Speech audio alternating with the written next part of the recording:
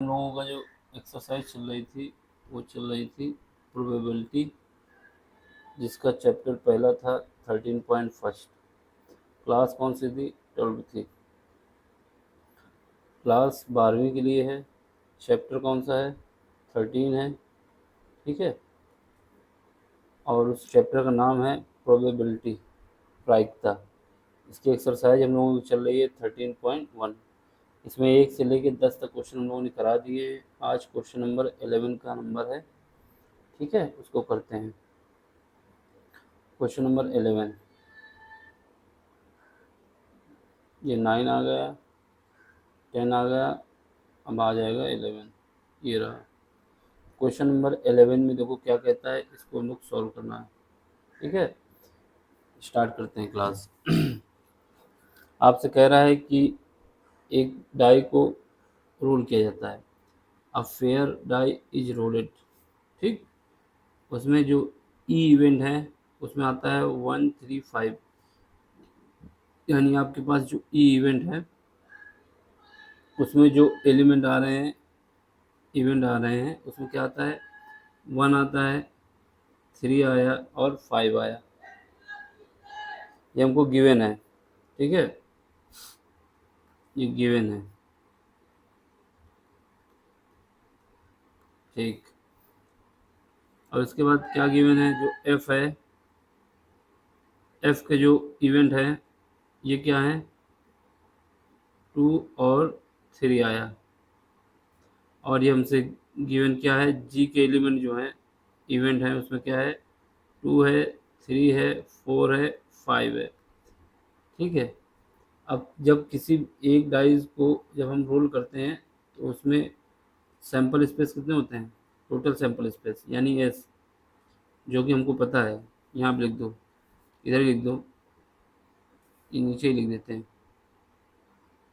Total sample space, sample space यानी एक die को जब हम रोल करते हैं तो उसमें क्या क्या आता है? 1 आ सकता है, 2 भी आ सकता है, 3 भी आ सकता है, 4 भी आ सकता है, 5 भी आ सकता है, 6 भी आ सकता है। यानी टोटल 6 इवेंट आने की संभावना है। ठीक, अब हमें क्या निकालना है ये देख लो। पहला फाइंड करना है हमें कंडीशनल प्रोबेबिलिटी ऑफ। पहला पार्ट क्या है? पहला पार्ट जो फाइंड करना है 11 नंबर क्वेश्चन का, फाइंड क्या करना है देख लो। क्या फाइंड करना है?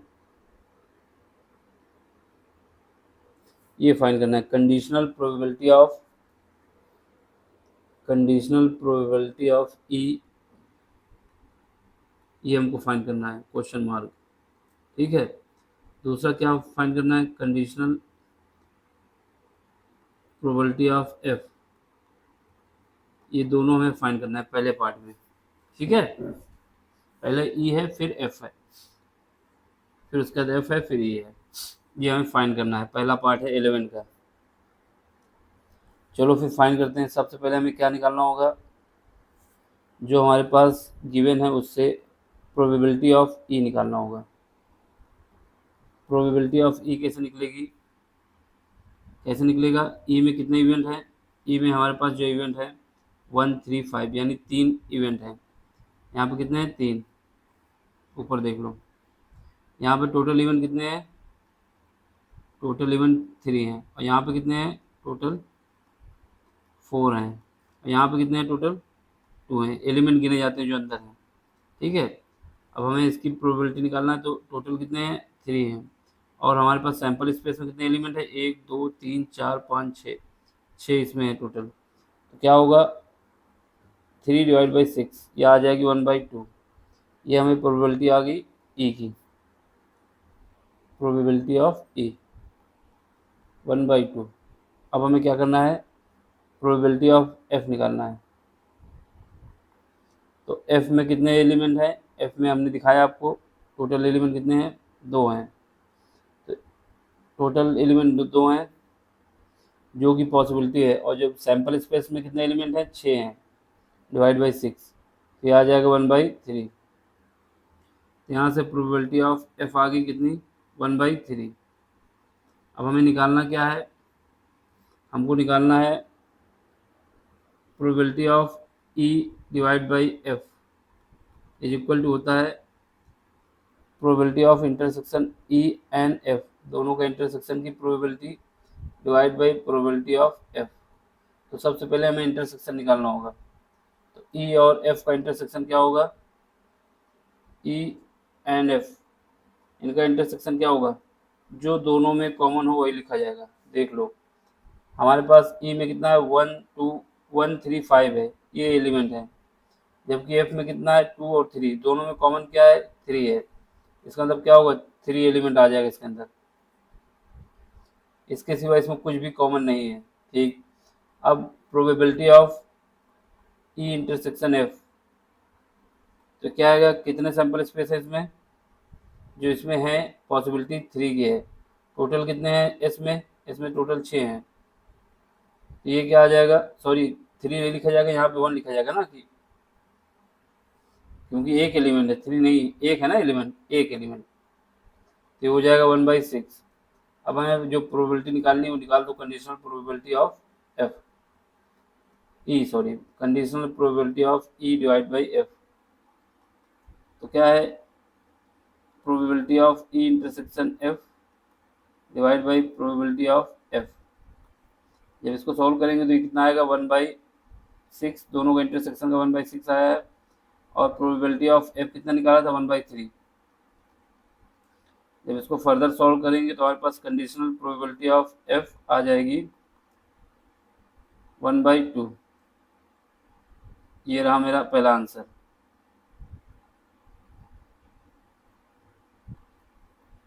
तो आंसर ये मिल गया पहला। दूसरा क्या निकालना था हमको, दूसरे की कलर चेंज कर लो। दूसरा हमको निकालना है कंडीशनल प्रोबेबिलिटी ऑफ एफ। ये क्या आएगा, दोनों का इंटरसेक्शन, दोनों के इंटरसेक्शन की probability divide by probability of E, जो नीचे डिवाइड होता है उसी की प्रोबेबिलिटी आती है। ठीक है, चलो conditional probability of F is equal to, ये क्या है इंटरसेक्शन, ये कितना निकाला था हमने 1/6। देख लो एक बार फिर से अगर नहीं पता तो, ये निकाला है ना 1/6, डिवाइड बाई किससे करेंगे, probability of E, probability of E कितना निकाला है 1/2, ये 1/2, इसको सॉल्व करेंगे तो आ जाएगा 1/3, यानी conditional probability of F divide by E is equal to आ जाएगा 1/3।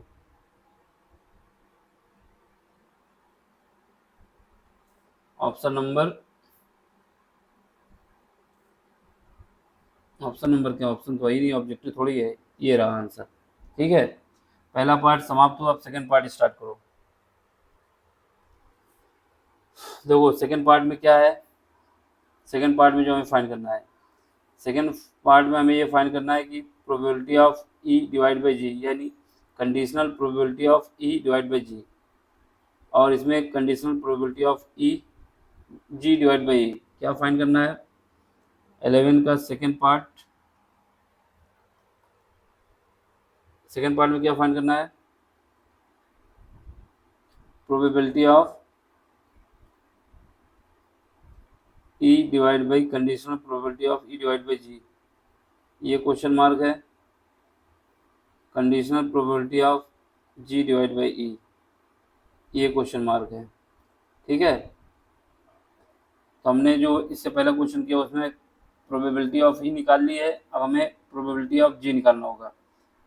ठीक है, तो चलो पहले प्रोबेबिलिटी ऑफ जी, पहले जी के एलिमेंट क्या है, जी के जो एलिमेंट थे उसको लिख लो एक बार फिर से। जी में क्या गिवन है, जी में गिवन है हमको 2 3 4, ये गिवन है,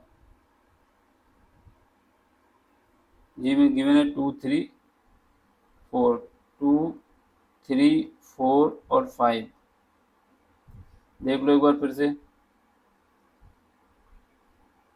2 3 4 5। ठीक है, और ई के एलिमेंट क्या है, ई के एलिमेंट ये है, या इसको भी लिख लेते हैं, ई क्या है 1 3 5, ई क्या है 1 3 5। ई के एलिमेंट क्या है, इवेंट 1 3 5। ठीक है, सबसे पहले हमें क्या निकालना है, सैंपल स्पेस जो है टोटल, इसको भी लिख लो। ये क्या है, 1 2 3 4 5 6। अब हमें निकालना है सबसे पहले ई इंटरसेक्शन जी, जो दोनों में कॉमन हो। इसके इवेंट क्या होंगे, देखो यहाँ पे 3 कॉमन है, यहाँ पर 3 कॉमन है, यानी एक 3 आ जाएगा। यहाँ पे 5 है, यहाँ पर भी 5 है, तो 5 भी आ जाएगा। तो कॉमन कितने आ गए, 2।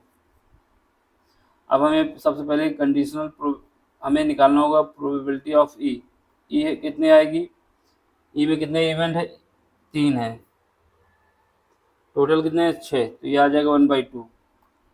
अब हमें निकालना है प्रोबेबिलिटी ऑफ जी। जी में कितने एलिमेंट हैं, 4, गिन लो, 1 2 3 4। सैंपल स्पेस में 6, तो ये आ जाएगा 2/3। अब क्या है, दोनों के इंटरसेक्शन की प्रोबेबिलिटी निकाल लो, ई इंटरसेक्शन जी। इसमें क्या आ जाएगा, ई इंटरसेक्शन जी आ जाएगा कितना, इंटरसेक्शन में कितना है, 1 और 2, 2 एलिमेंट है, 2 इवेंट है, सैंपल स्पेस में 6, तो ये आ जाएगा 1/3।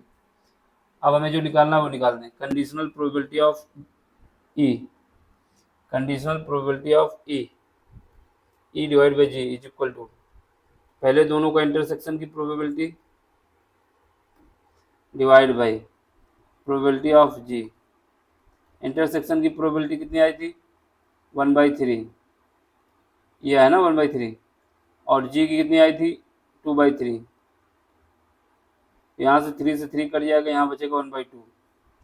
तो यहाँ पे हमारे पास आ गया answer, conditional probability of E divide by G is equal to आ जाएगा 1/2। ये रहा आंसर पहले पार्ट का। इसका सेकंड पार्ट का देख लो, conditional probability of G divide by E, ये क्या आएगा, दोनों का intersection E divide by intersection G, E intersection G. ठीक है, डिवाइड किससे करेंगे, जो डिवाइड में होता है उसी की प्रोबेबिलिटी से, ई से। ये कितना आया था, जी वाला 1/3, और ई वाला कितना आया था, 1/2। तो यहाँ से आंसर हो जाएगा 2/3। तो हमारे पास क्या आ गया, conditional probability of G divide by E is equal to 2/3। यही दो आंसर हैं। ठीक है, ये आंसर रहा। तीसरे पार्ट में आ जाओ। तीसरा पार्ट क्या हमसे पूछना चाहता है, तीसरा पार्ट पूछना चाहता है कि P E union F divide by G. ठीक है, हमें क्या निकालना है, पी प्रोबेबिलिटी ऑफ किसकी निकालना है, थर्ड नंबर में कहाँ पे जगह है, सबसे पहले हमें निकालना होगा, फाइंड क्या करना है, देखो 11वें का 13 यानी 3 पार्ट 11वें का। ठीक है, हमें फाइंड करना है P probability of E union G. ठीक है, डिवाइड किससे कर रहे हैं, जी से। ये क्वेश्चन मार्क है एक, देख लो पहले एक बार और। हाँ, एक ये क्वेश्चन मार्क है, दूसरा दूसरा ये क्वेश्चन मार्क है, पी दूसरा क्या क्वेश्चन मार्क है, पी इंटरसेक्शन, सॉरी ई बनाओ यहाँ पे, पी ई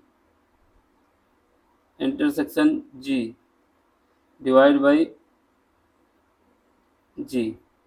ये दो वैल्यू हमको फाइंड करना है, इन दो की कंडीशनल प्रोबेबिलिटी फाइंड करना है। ठीक है, ये क्वेश्चन मार्क है, एक नहीं है। तो सबसे पहले जो गिवन है उसको लिखो, क्या गिवन है, कलर चेंज करता हूँ इस बार, फिर ब्लैक का यूज कर लेता हूँ। गिवन है ई के इवेंट क्या है, 1 है, 3 है, 5 है। जो यूज होना उसी को लिखे। एफ कहीं यूज होना है, एफ कहीं तो यूज ही नहीं होना, देख लीजिए जरा एक बार, एफ है यहाँ पे, इस वजह से यूज होना है। तो हम लोगों ने कुछ गलत कर दिया, जो लिखना था वो लिखा नहीं है। फाइन करने वाला हम लोगों ने गलत लिख दिया, इसको पहले सही करो। फाइन जो करना है वो गलत लिख गया यहाँ पे जी की जगह एफ है, यहाँ पर भी एफ है। क्या फाइन करना है? ई यूनियन एफ और ई इंटरसेक्शन एफ, इन दोनों की कंडीशनल प्रोबेबिलिटी निकालना है जी के रेफरेंस में। ठीक है, अब देख लो एक बार फिर मिला लो, गलत ना हो जाए कहीं। ई यूनियन एफ है ना, divide by G, E intersection F divide by G. ठीक है, चलो सॉल्व करो फिर, अब कोई दिक्कत नहीं है। एफ जो गिवन है वो लिख दो। एफ क्या गिवन है? एफ में कितने एलिमेंट है? 2 और 3, ये गिवन है हमको सब। जी भी गिवन है, क्या जी गिवन है? ये 2 3 4 5। ठीक है, ये सब हमको गिवन है। सैंपल स्पेस कितना है? टोटल एस, ये तो हमको निकाला है हमने। सैंपल स्पेस कितना है? 1 2 3 4 5 6। ठीक है, चलो अब सबसे पहले हमें क्या निकालना है? ई यूनियन एफ। ई यूनियन एफ क्या होता है? ई यूनियन एफ का मतलब होता है जो दोनों में कॉमन हो उसको भी लिखना है, और जो कॉमन ना हो उसको भी लिखना है। यानी 1 1 नहीं है तो 1 भी लिखेंगे, कॉमा 2 2 इसमें है तो 2 लिख दो, 3 इसमें भी है, इसमें भी है, 3 लिख दो एक बार, 5 एक में है, इसको लिख दो। यानी जो कॉमन है उसको भी लिखना है, जो कॉमन नहीं है उसको भी लिखना है। यूनियन का तो होता है। ठीक है, अब हमें क्या करना है? ई यूनियन एफ और इंटरसेक्शन जी निकालना है। ठीक है, चलो इसमें क्या करना है? ई और यू वाला ले लो पार्ट, ई यूनियन एफ। ठीक है, ये वाला पार्ट, और उसके बाद इंटरसेक्शन जी के साथ करना है। तो इसमें क्या है? 1 2 3 जो दोनों में कॉमन हो, इसमें ये वाले पार्ट में और जी वाले पार्ट में जो कॉमन उसको लिखना है। तो क्या कॉमन है? 2 है, 3 है, 4 है। 2 है, 3 है, 4 नहीं है। 2 और 3, सॉरी 2 3 और 5 है, 4 नहीं है कॉमन। 4 नहीं है कॉमन, यहाँ पे 5 हमने सैंपल स्पेस का देख लिया था। ठीक है, यहाँ पे 5 आएगा, यानी 3 एलिमेंट कॉमन है। देख लो यहाँ पे क्या है? 2 है, यहाँ पर भी 2 है, यहाँ पे 3 है, यहाँ पर भी 3 है, यहाँ पे 5 है, यहाँ पर भी 5 है। तो ये आ गया इंटरसेक्शन।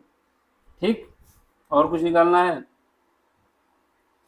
अब निकाल लो, पहले पहला पार्ट का आंसर दो इससे। ठीक, तो हम क्या करेंगे? ये आ गया जी। अब हमें क्या निकालना है? जो फाइंड करना है, क्या फाइंड करना है? Conditional probability of E union F divide by G. तो इसको हम क्या लिखेंगे? Probability of E union F एक ब्रैकेट में, उसका इंटरसेक्शन जी, इसी वजह से हमने जी निकाला है, ब्रैकेट बंद, divide by probability of G. सबसे पहले हमें क्या निकालना है? Probability of E union F intersection ji,